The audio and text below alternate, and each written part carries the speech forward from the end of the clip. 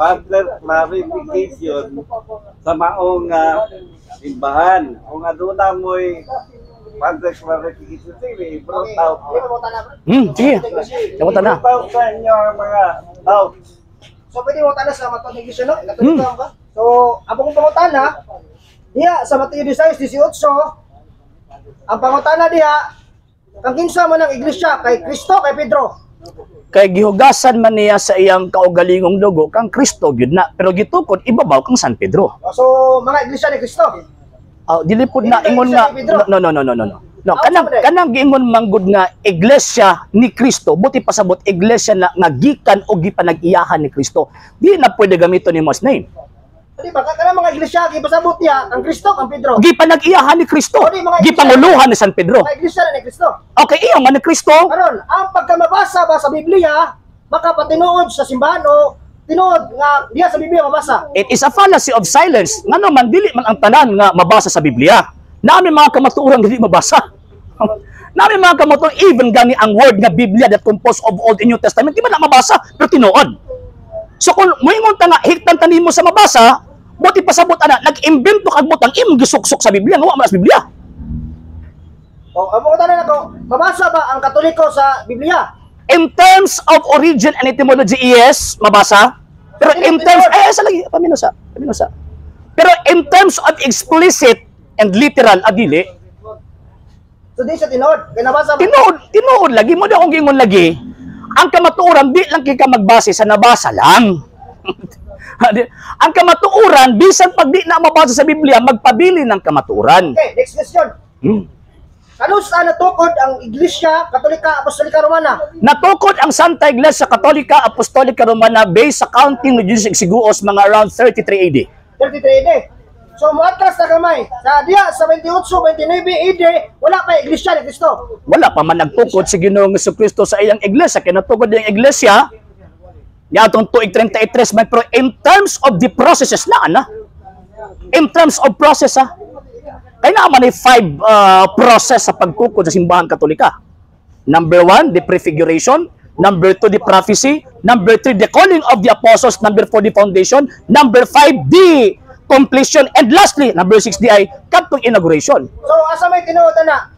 Patong Old Testament nga timlo gipawat sa Dios o ang Iglesia Katolika Apostolika Romana? Ang simbahan Katolika, Santa Iglesia Katolika Apostolika Romana, gitukod og Dios, dili to gitukod og tao. Kanang templo nga naa sa daang testamento gitukod man tog tao, mabitong way pay kaluwasan sa ilahang panahon.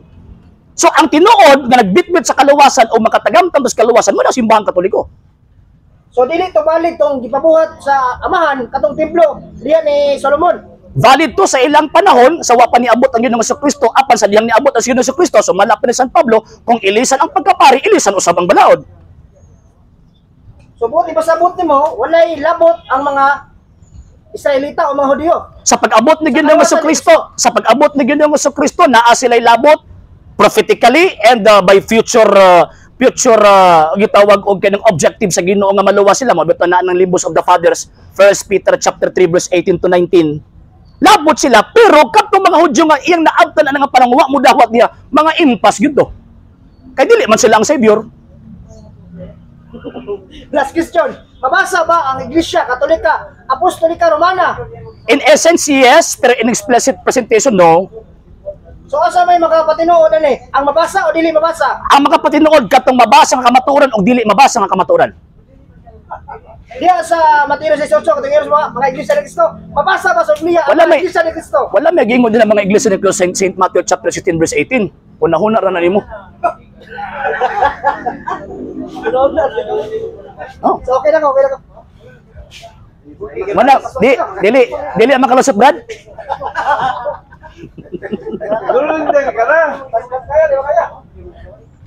Sa hindi pa po nakapag-follow sa mga pages po natin, i-follow nyo po yung mga pages po natin. RJ Horolanciano II, TV Apolia Punto Argumento page, Kuya Apologist TV page, and RJ's Vlog 2022. And pwede rin po kayo mag-send po dyan ng Facebook stars. And also, sa ating po mga channels, sa hindi po nakapag-subscribe, i-subscribe po ninyo yung mga channels natin, The Lay Catholic, Apologist International Official, RJ Samuel II TV, Kuya Apologies TV, and Barrio Kawayan Religious Forum.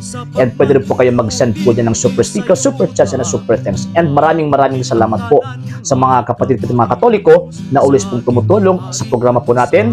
Maraming salamat po. Nang dahil po sa tulong at suporta po ninyo, ang programa po ito until now andito pa rin po sa social media. And until now din po, nangangailangan pa rin po tayo sa tulong at suporta po ninyo dahil wala po kami magagawa rito mga sir, mga ma'am, kung wala po yung tulong at suporta po ninyo. Sa gusto pong tumulong, sa gusto pong sumuporta, pwede po ninyong ipadala ang tulong at suporta po ninyo sa pamamagitan po ng ating mga account numbers dyan po sa ating pong screen. And pwede nyo po kaming i-message sa ating pong page kung via remittance po yung ipadala po ninyo. Maraming salamat po in advance.